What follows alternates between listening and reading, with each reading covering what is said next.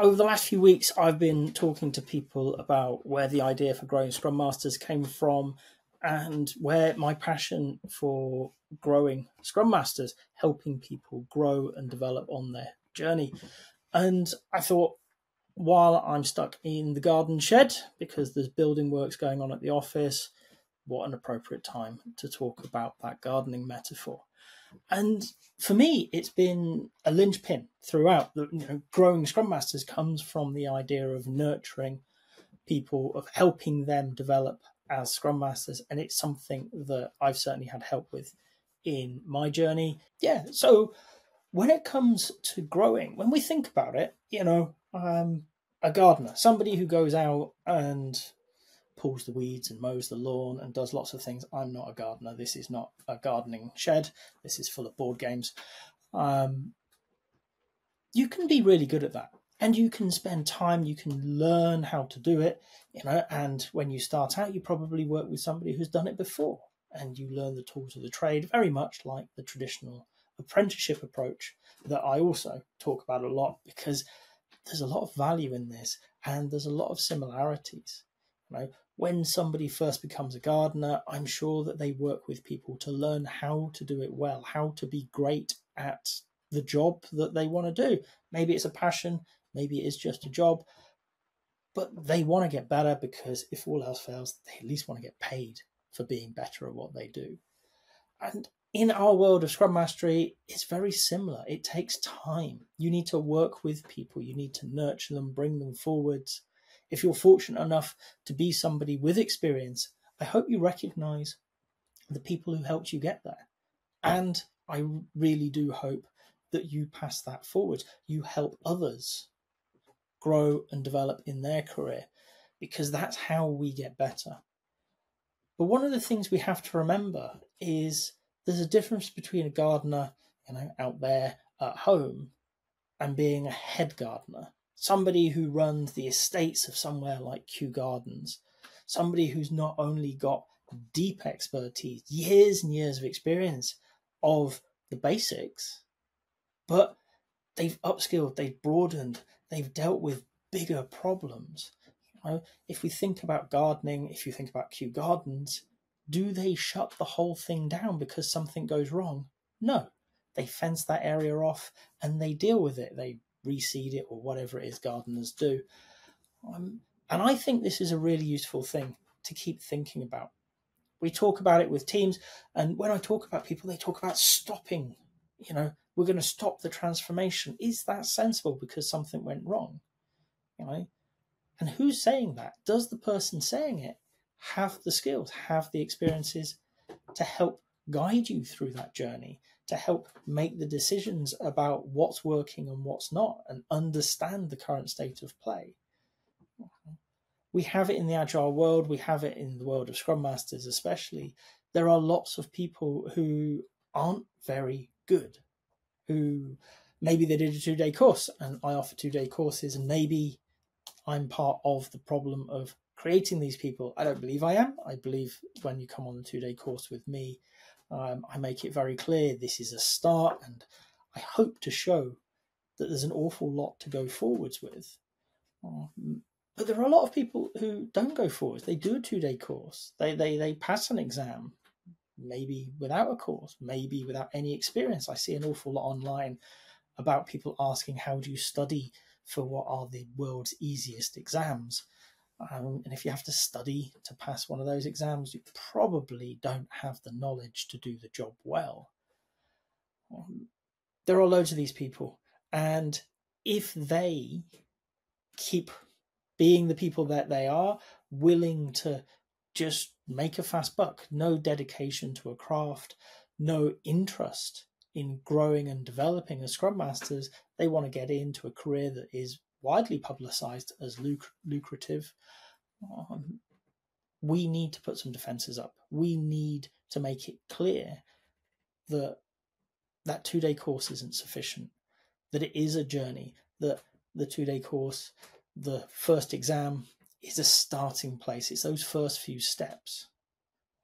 When I talk about this, one of the other images running through my mind is the driving license, the driving test.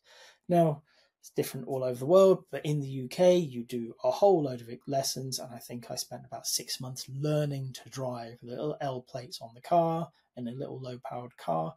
And then I took my test. And I thought going in, and indeed after passing the test, I know how to drive. And then for the first time a few days later, my dad let me in the car on my own. Nobody else around, nobody in the passenger seat, where there always had been somebody. And I discovered that that was the point that I was going to learn to drive. Up until that point, we hadn't been learning to drive. We'd been learning to pass the driving test. Now, out on the road with no driving instructor next to me, no extra set of brake and clutch, nobody to tell me what was going to happen before it happened. I had to learn those skills. Okay?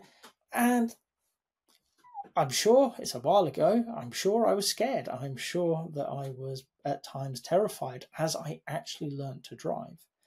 We need to remind people that's the 2-day class. It's setting people up so that they're not a danger to others. They've got a lot to learn. And for me, when we start talking about growing Scrum Masters, when we start talking about growing and developing our own capabilities, this is at the core. We have a starting place. How we choose to develop, how we choose to go forward is entirely up to us. It's about, taking control of gardening, doing the basics well, rebuilding on top of the basics and coming back and checking them. And I do think of it a lot like gardening, because you could have something as beautiful as Kew Garden. There's something way beyond my ability to comprehend how they create those environments, how they keep everything looking so pristine. But I'm sure there are people who come back to the basics and check there are no weeds, check that the lawns are mowed properly, check that the plants have got the right humidity, the right levels of water, the right pH. There's lots and lots of things that are very simple. And it's only on those that we can develop and grow. So they're going to be coming back to them, checking them, while worrying about this big, imposing, impressive place. Throughout it, the fundamentals are good. They're solid. And when they're not, the people involved, the gardeners, have a way to bring it back.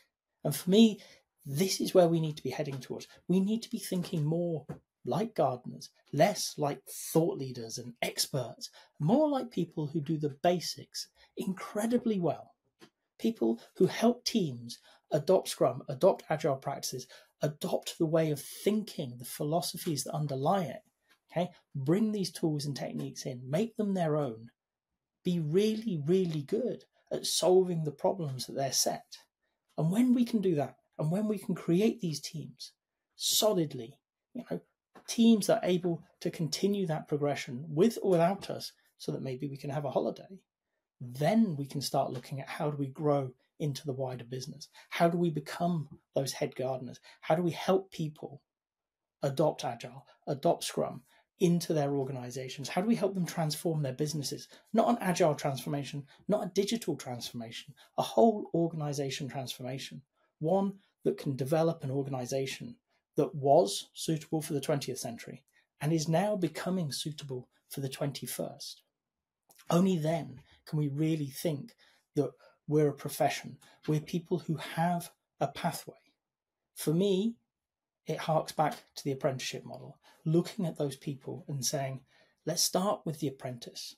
Let's give these people, work with them, mentor them, coach them, teach them the basics, reinforce the importance of the fundamentals, and ensure that they can do them exceptionally well. And once they can, allow them to move into that journey stage, allow them to travel. Maybe they're traveling within the organization, maybe they're traveling across organizations, learning the ways other people do work, because there is no one right way here. There are lots of different things we could do, lots of skills, lots of models, lots of ways of thinking about problems. And we need to grow and develop our ideas, our own, because it's only when that Scrum Master, that Agile coach, can truly make a masterpiece, can truly create something valuable, worthy of consideration, that we're doing a great job, that we're helping to grow the next generation of Scrum Masters.